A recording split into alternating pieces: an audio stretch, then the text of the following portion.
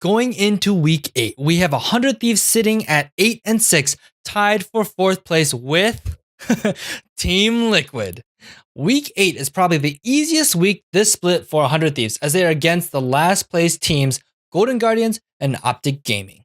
100 Thieves is looking for one more win to secure a playoff spot and potentially a first round bye of playoffs, depending on how the top teams perform.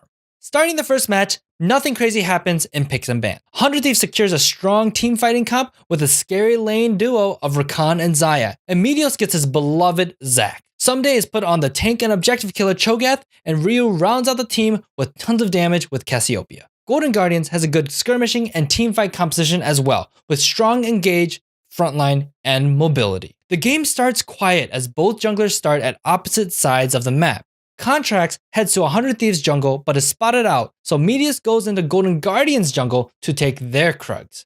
However, Meteos is able to find a lot more than Contracts. An exposed Lorelu gets CC'd by a great Cho'Gath rupture and silence, and Meteos is able to slingshot in for an easy first blood. Look at this. Oh, what a knocker from Meteos! First blood! He didn't even get a chance to flash. At the 7-minute mark, Golden Guardians questionably invade 100 Thieves red buff.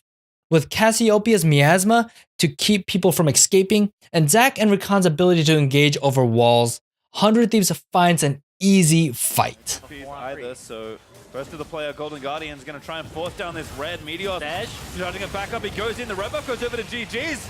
But there's actually a flip back in. Looks like too much damage. Contracts actually pulled him to the front side. Now Cody's here, just collects a kill over the wall.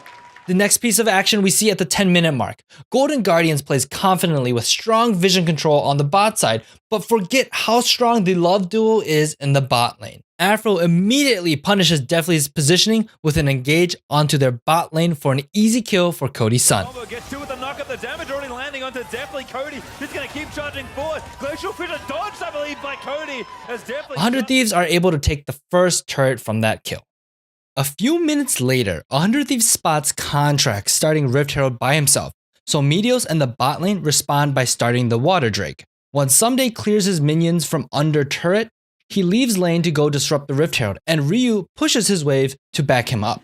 Again, this pressure is continuing to cascade. No. Somebody's like, hello. Oh, actually, when Contract's dead, Contract's like, what do I do? Guys? Silence, Lolo in, but Blastcone's over. The long, slow way around, but I think it might just be enough. A flash out from Someday. Now going to run back into Contract. Afro is here. They finish off the Rift Herald. While Someday does have a questionable flash over the wall, 100 Thieves secure the Rift Herald. 100 Thieves uses their control of the game to take top turret. 100 Thieves then push both side waves and group for the mid lane push. With Deathly top and Lorelo bot, Meteos is able to drop Rift Herald in the mid lane, and 100 Thieves take 2 turrets in the mid lane and a kill onto high. At 17 minutes, 100 Thieves is up 6k gold and 4 turrets to Golden Guardians 0. With Infernal Drake about to spawn, 100 Thieves continue to apply pressure top lane to pull Golden Guardians away from the bot side. 100 Thieves then take the bot lane turret and the Infernal Drake, while Lorelo does what he can and gets them their first turret in the top lane. With this huge gold lead and the 20-minute mark approaching, Cho'Gath is working to build Banner of Command, and the rest of 100 Thieves continue to set vision, look for picks, and patiently clear out Golden Guardians' attempt to gain vision in the top side jungle. With all that set up, 100 Thieves finally start Baron with a Cho'Gath teleport. Deathly is back at base, and Lorelo is still on the bot side, so Golden Guardians decide to cut their losses and have Contracts go in for the miracle steal all by himself. Contract goes in, he's going to try and steal it, but he's going to get knocked up. There's the beast down from Someday. Contract goes down as well. Someday grabs the double. 100 Thieves regroup and push both the mid and bot lane. Cho'Gath, with his newly bought Banner of Command, buffs the cannon minion and easily takes down the bot lane inhibitor and its turret. And as 100 Thieves and Golden Guardians meet at the mid lane turret, Aphromoo ends the game with an incredible engage. 100 Thieves are not done. They've still got a lot left. Aphromoo straight in with a combo. Rupture follows up the 3-man knockup. Meteos tries to make it yet another, but Ryu just takes down Deathly. Matt is already dead as the Golden Guardians bot lane disintegrates after that. 100 Thieves takes the game cleanly and quickly with almost no mistakes under the 25-minute mark. The team easily seals a playoff spot and is looking for that playoff bye, with first place Echo Fox losing their match to Clutch Gaming earlier in the day. now only 2 games ahead of them with 3 games to go in the regular season. The last game of the week is the matchup between Optic Gaming and 100 Thieves. If 100 Thieves wins this game, they will be tied for 3rd place with Clutch Gaming and only 1 game behind Cloud9 and Echo Fox, who are tied at 1st place. Pick and bans get spicier this game, starting with a Taliyah pick for Ryu. 100 Thieves banned global champions in the 2nd round to allow Taliyah more freedom on her roams. Then the last pick, Darius for Someday, makes the crowd go wild. The Darius pick is a strong counter to Cho'Gath, but also can get heavily kited in team fights. 100 Thieves need to get Darius ahead because it can be feast or famine for this juggernaut champion. And guess what? It happens. The game starts off with Acadian and Meteos on opposite sides of the map, but Acadian quickly mirrors Meteos' path, expecting him to look for the gank top lane. With strong vision control by Optic Gaming, Zig feels safe in the top lane and Acadian leaves. But with his false sense of security, Zig doesn't consider the lane gank by Meteos, which secures Someday the first blood. Zig's just sort of hanging out. Meteos comes in, Zig already having flashed away, likely not going to have a way out of this one. There's your apprehend, here comes your damage, and that will be first blood over to Someday's Darius. At 6 minutes, we see that Taliyah and Zac pressure the top lane where Zig plays smart and backs off of his turret. This, however, gives Someday more XP and gold, but 100 Thieves is able to find even more as they find the opportunity mid lane. So just now he gets to do something. Doesn't get to play League of Legends. Meteos showing up here in the mid lane, lands the stretching strikes. Afro's also there. The flash has already been used in Power of Evil. 1 versus 3 going to be kept alive a little bit longer. The damage continues. Acadian comes in, not quite able to find the damage onto Ryu.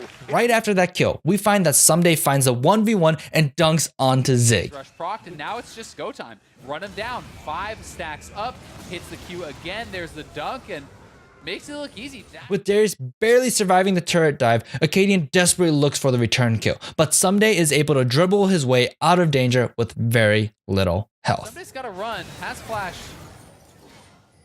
Oh, he tried to go back at the... Someday, you monster! And of course, whenever we see that pressure topside from Acadian, Meteos calls for the Inferno Drink, and during this time, Rio is able to keep Optic's attention on himself to help his team secure this dragon. At 10 minutes, 100 Thieves clear vision to continue their domination on the top side. No, again. And Meteos, Dig is just having the worst kind of day. Oh, but his family has a Cho'Gath no longer. Someday goes on a killing spree. With Someday brutally ahead, he pressures the top lane to keep Cho'Gath stuck in lane to try to catch up. At 16 minutes, 100 Thieves is able to split their focus on taking the Water Drake and finding a gank mid lane onto Power of Evil again. Reason for that is Afro Moon making plays, making things happen. Now it's Power of Evil, might be in some trouble. Someday pulling him right back with the apprehend. Flash away is not going to do a damn thing as Ryu gets himself on the board with the kill. From this, Meteos is able to drop the Rift Arrow he took earlier, and with an aggressive play by Cody's son, they find a kill and 2 turrets. Who's going to remain in the brush to zone anybody else away. Now coming around, now looking to make that play. Can he get in for the headbutt into the pulverize? On to elimination, yes he can. Meteos comes back into the back lines, now looking to make the kidnap. He's got it. And Arrows out of there, a 6-0 game for 100 Thieves. A perfect game so far. 100 Thieves continue to pressure the map and wait for Optic to overextend. Zig finds himself pushing out, desperate to find farm, and Ryu and Someday punish him yet again. Zig is going to get that kill onto Ryu before Someday arrives. Ryu pops the heal to make sure he stays out of the feast range, and Zig's got no way out. With the pick on Cho'Gath, 2 tanky members, and a Taliyah wall, 100 Thieves is able to comfortably rush the Baron right when it spawns at 20 minutes. With this Baron, the team regroups and looks towards the bot lane. As they're looking for the dive on the turret, Someday plays a bit too confidently and finds himself dying to a ton of CC. But even with this mistake, 100 Thieves has set up both lanes and are able to rotate mid to take down that turret, back off, and then take Drake. As time passes and Darius respawns, 100 Thieves knows that the red buff is about to respawn, and they don't back, but actually stick around waiting patiently to find a fight. Juggernauts gives you both the shield to survive burst, and now the burst comes through for Acadian. He's going to be shut down there. as Cody's son under a little bit of fire. Not really afraid, though, any longer. Weaver's wall going to allow Someday to get right where he wants to be, hitting that tank, burning him away. Doesn't even need the dunk. Decides to keep it in the back pocket for later. Make sure it's ready as the fight and the push continue. With the 2 kills, the team is able to take down the mid turret. And with an incredible engage by Meteos, they get a kill and take bot lane inhibitor as well. After regrouping, 100 Thieves move topside for the last lane of turrets. Even with Caitlyn traps set up, Meteos and Talia are able to find the right fight to start the last push of the game. Going to be enough. Meteos getting ready. The Weaver's wall comes out. It's Power of Evil, who's going to be caught out on this one. The damage continues to come through. Power of Evil trying to get himself away, but the dunk comes through. The reset. And that one is downright Darius. He gets the damage he needs. It's going to be Zig making it a double kill for Someday as he looks for even more. 100 Thieves could be going for the end right now. Ryu on the front line, baiting Acadian in, utilizing the power of the Archangel Seraph's Embrace shield. 100 Thieves show that Cody-san isn't the only carry on the team, as Someday is able to dominate by bringing Darius off the bench and onto the court. With this clean and quick win, other teams are going to have to worry about and respect the Darius pick into Cho'Gath. This threat is going to give 100 Thieves an edge going into Week 9 and into playoffs to help probably continue his awesome drafting.